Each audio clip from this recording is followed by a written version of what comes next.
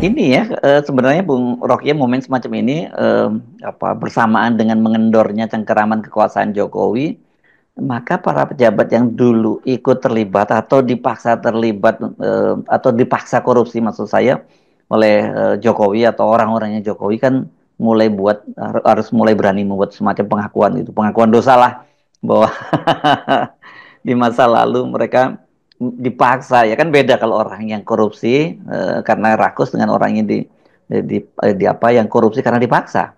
Kuncinya cuma satu, yaitu kejujuran dari mereka yang pernah terlibat dalam korupsi itu membuka persoalan. Kalau enggak, itu akan jadi beban para pejabat dan juga para kontraktor dan pusat yang paling lokal. Buka aja nih soal-soal seperti itu. Kan dijanjikan oleh Presiden Prabowo bahwa beliau sampai presiden akan memulai untuk menginvestasikan kembali nilai value moral values dalam sistem politik. Itu janji yang diucapkan berkali-kali oleh Presiden Prabowo. Kendati Anda mungkin akan berusaha dengan KPK, nama Anda mungkin akan sedikit dicoreng, tapi Anda akan memperoleh satu energi etik yang baru bahwa Anda pernah diperas oleh Rejim Mulyono. Anda pernah dinyatakan atau dimasukkan dalam list yang diwajibkan untuk mengumpulkan uang di kemenangan Jokowi dalam beberapa pemilu terakhir, dalam 2 pemilu terakhir. Jadi saya kira itu satu posisi moral baru. Tidak ada yang terlambat bila kesadaran dari para pejabat yang pernah diperalat oleh Presiden Jokowi untuk melakukan korupsi, demikian juga para kontraktor atau pengusaha yang juga pernah diperas untuk meluluskan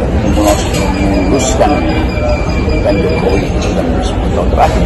Nah, ini satu radical break, satu keputusan radikal untuk memulai pertobatan. Dan itu yang dimaksudkan oleh Presiden Prabowo, bertobatlah. Tapi jangan bertobat itu justru dipakai sebagai alat untuk memutihkan kriminalitas di bidang korupsi. Jadi terima aja konsekuensi hukumnya dan dengan itu Anda dimuliakan kembali. Jadi saya mengimbau mereka yang pernah terlibat sebagai pejabat dan sebagai pengusaha di era Jokowi datang ke KPK, ucapkan sesuatu supaya ada kejujuran baru di kita, ada rasa kebersamaan yang memungkinkan kita memulai membangun kembali republik ini dengan janji keadilan sosial, kemanusiaan yang adil dan beradab. Jadi semua hal itu yang saya sebut sebagai memulihkan akal sehat demi ide-ide besar yang pernah dijaminkan oleh para pendiri Home Parents.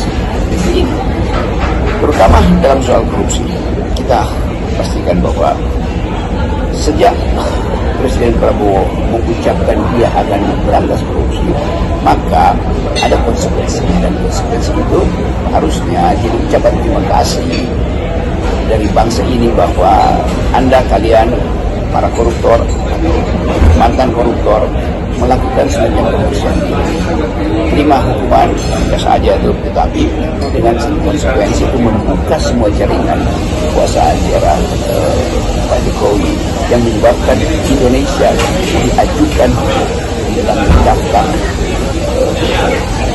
pelaku koruptor nomor 2 terburuk di negeri. Dan Presiden Nixon itu harus ada nama yang dikoreksi Mulyono atau Presiden Jokowi pada waktu kuasa adalah membuat korupsinya yang paling berbeda. Jadi koruptor yang paling berbeda nomor 2 di dunia adalah Jokowi. Itu yang disebutkan oleh internasional dan dibenarkan secara diam-diam maupun secara terang oleh netizen.